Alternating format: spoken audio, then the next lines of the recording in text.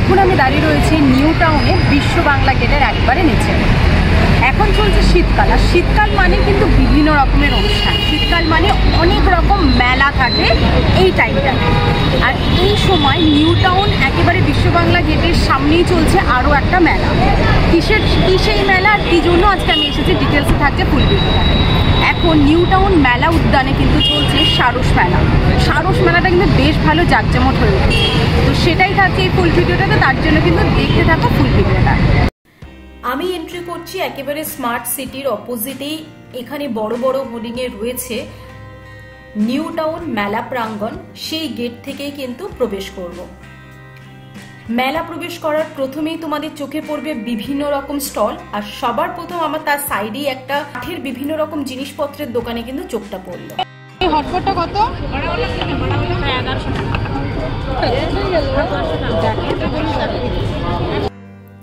এরপরে একটু একটু করে ভেতরে প্রবেশ। সামনেই রয়েছে অনেক কটা স্টল, যেগুলো একটা একটা করে তো অবশ্যই তোমাদের সাথে শেয়ার করব। এখানে রয়েছে বিভিন্ন রকম হাতের আর্ট, যেখানে অবশ্যই তোমরা দেখতে পাচ্ছ একটা আন্টি সেটা করছে। এই সমস্ত ফ্লাওয়ারের দোকানগুলো তো প্রতি কটা মেলাতেই থাকেই। সামনেই রয়েছে সেলফি জোন। এখানে কিন্তু তোমরা চাইলে অবশ্যই সেলফি ক্লিক করতে পারো, আর একটা নয়, এখানে অনেক কটাই সেলফি জোন ছিল। সেলফি জোনের একেবারে সামনেই রয়েছে চিলড্রেন পার্ক। সঙ্গে যদি বাচ্চারা আসছে তোমাদের সাথে, তাহলে কিন্তু একদমই বোর হবে না, কারণ তারা পেয়ে যাবে তাদের জন্য একটা মজাদার জোন।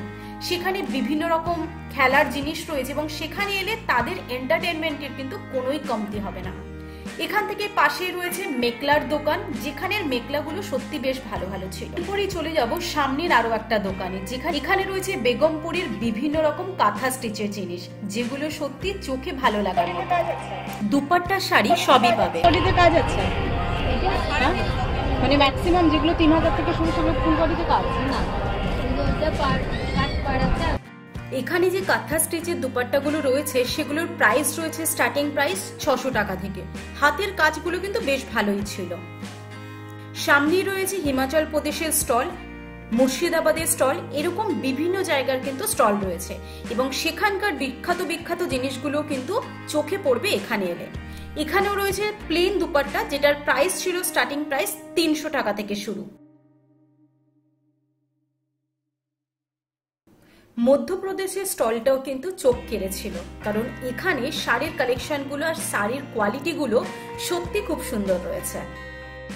এরপর সোজা ভিজিট করলাম পন্ডিচেরির স্টলটাতে, যেখানে রয়েছে বিভিন্ন রকম ব্যাগ, আর প্রতি কটা ব্যাগে কিন্তু লেদার।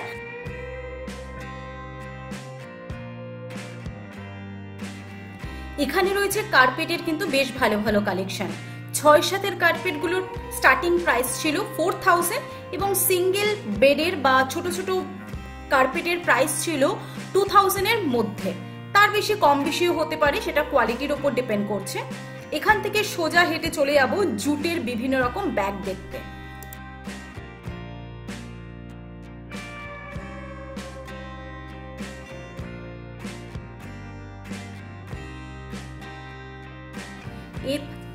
এছাড়াও তোমাদের কিন্তু দৃষ্টি আকর্ষণ করবে এই বিভিন্ন রকম হ্যান্ডক্রাফটগুলো। সুন্দর রকম আর্ট করা, যেটা ওয়াল হ্যাঙ্গিং বা ট্রের মধ্যে রয়েছে, সেটা সত্যি ভীষণ সুন্দর।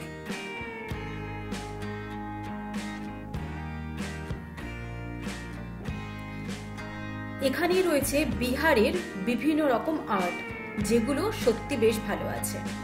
কার্পেটের ছোট ছোট স্টল পুরো মাঠটা জুড়েই কিন্তু রয়েছে। আর এখানে এই কুর্তিটা সত্যি আমার বেশ ভালো লেগেছিল।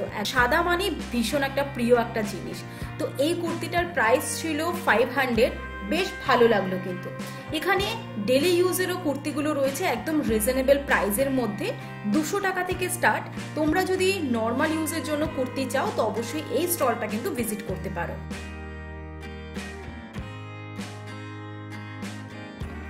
এখানে রয়েছে জুটের তৈরি বিভিন্ন রকম জিনিস, ফ্লাওয়ার ভাস থেকে শুরু করে পেনদানি, ইভেন জুতোও কিন্তু তোমরা পেয়ে যাবে জুটের। দাঁড়াও দেখাবো তো অবশ্যই, দেখতে থাকো না ফুল ভিডিওটা। এই যে জুতোগুলো তোমরা দেখতে পাচ্ছ, প্রতি কটা জুতোই কিন্তু জুটের এবং কাপড়ের তৈরি।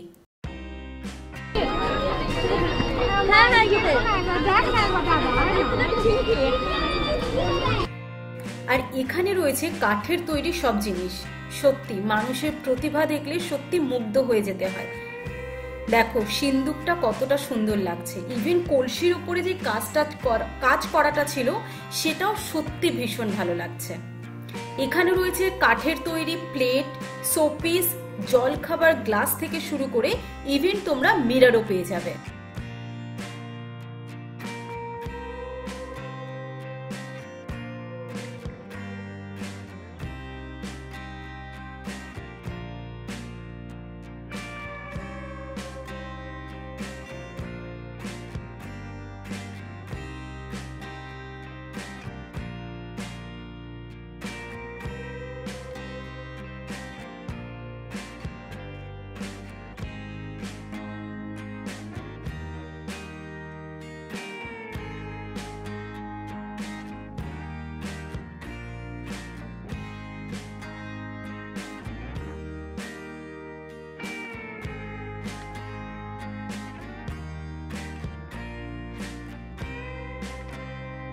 এরপরে চোখের সামনে ছিল জুট প্যাভিলিয়ন, যেখানে শুধুমাত্র জুটের জিনিস বিভিন্ন রকম তোমরা দেখতে পাবে। সেটাও একটু ঘুরে দেখবো তোমাদের সাথে।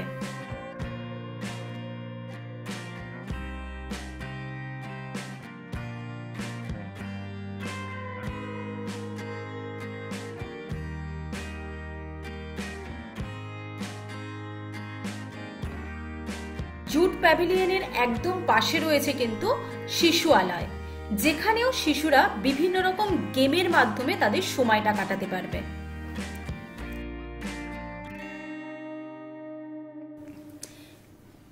সারস মেলার একেবারে মিডিল পয়েন্টে এখন পৌঁছে গেছি, যেখানে রয়েছে মুক্ত মঞ্চ। আর এই মুক্ত মঞ্চতেই কিন্তু এখন চলছে বাউল গানের অনুষ্ঠান। মঞ্চের ঠিক অপোজিটেই রয়েছে আরো একটা দৃষ্টি আকর্ষণীয় জিনিস। সেটা কি? হ্যাঁ, সেটা তো অবশ্যই তোমাদের সাথে ঘুরবো। এখানেই রয়েছে সৃষ্টিশ্রী, যেখানে যার ভেতরে প্রবেশ করলে সত্যি তোমাদের ভীষণ ভালো লাগবে। তার কারণ এখানে বেশ কিছু কিছু জায়গা, যেমন পূর্ব মেদিনীপুর, পূর্ব বর্ধমান, বাঁকুড়ার বিভিন্ন জায়গার হাতের কাজের খুব সুন্দর সুন্দর জিনিসগুলো কিন্তু এখানে তোমরা দেখতে পাবে।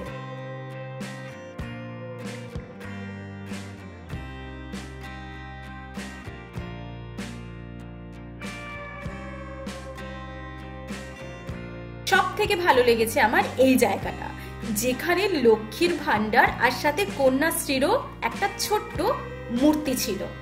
আর এই জাহাজটা দেখো, জাস্ট অসাম লাগছে দেখতে। পুরোটাই কিন্তু বাঁশের তৈরি।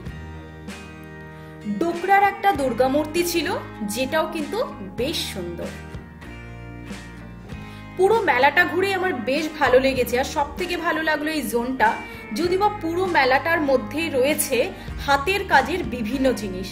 মানুষের প্রতিভাকে সত্যি সেলুট জানাতে হয়।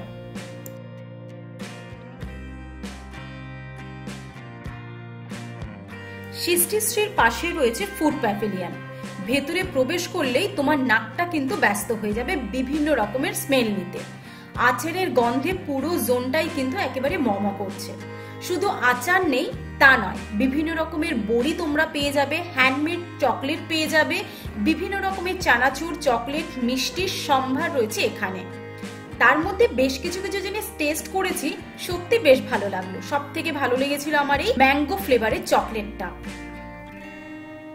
এখানে তোমরা পেয়ে যাবে নাড়ু থেকে শুরু করে কেক, জয়নগরের মোয়া, তিলের নাড়ু, সবকিছুই রয়েছে এই জোনটাতে। মেলাটা কিন্তু ঘোরা আর ঘোরানো কমপ্লিট হয়ে গেল। এবার চলে যাব বাইরের দিকে তোমাদের সাথে। বাইরে বেরোলেও কিন্তু তোমরা দেখতে পাবে ভেতরে যেরকম অনেক অনেক শপ বসেছিল, সেম অ্যাজ মেলার বাইরেও কিন্তু বিভিন্ন রকমের শপ রয়েছে, যেগুলো তোমরা অবশ্যই ঘুরে দেখতে পারো।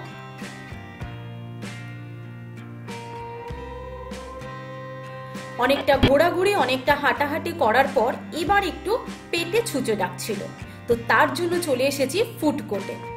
ফুড কোর্টে গিয়েও একটু সময় কাটাবো এবং সেখানে দেখি কি কি ভালো ভালো জিনিস পাওয়া যায়। প্রথমে চোখে পড়লো ফুচকার দিকে, বাট অনেস্টলি স্পিকিং আমার পুজো আর মেলায় এসে ফুচকাটা একদমই পছন্দ হয় না। ফুচকা তো সারা বছর খেতেই পারি। মেলার ভেতরে এসে যাব, মেলার ভেতরে গিয়ে দেখবো এমন কি কি ভালো ভালো ইয়ামি ইয়ামি জিনিস আছে যেটা আমরা ডেলি খুব তাড়াতাড়ি হাতের কাছে কিন্তু পাই না।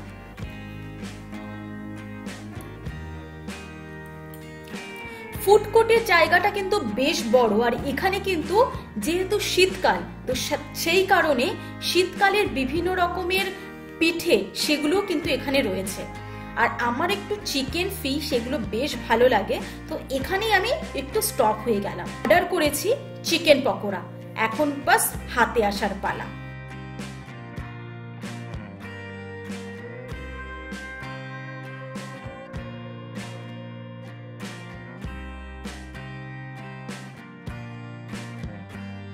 গরম গরম হাতে সার্ভ হয়ে গেল চিকেন পকোড়া।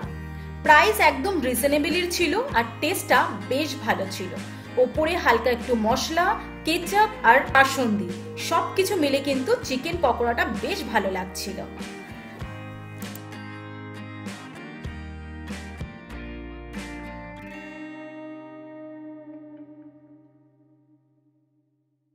মেলাতে যে সমস্ত পিঠে পুলির সবগুলো ছিল তার চালটা গুঁড়ো কিন্তু এখান থেকেই হচ্ছিল।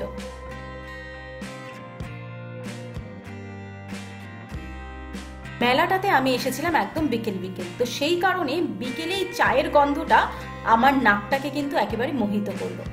গরম গরম চায়ের সাথে ভিডিওটা শেষ হবে, আর সেই সময় তোমরা কিন্তু আমার চ্যানেলটিকে সাবস্ক্রাইব করতে ভুলবে না।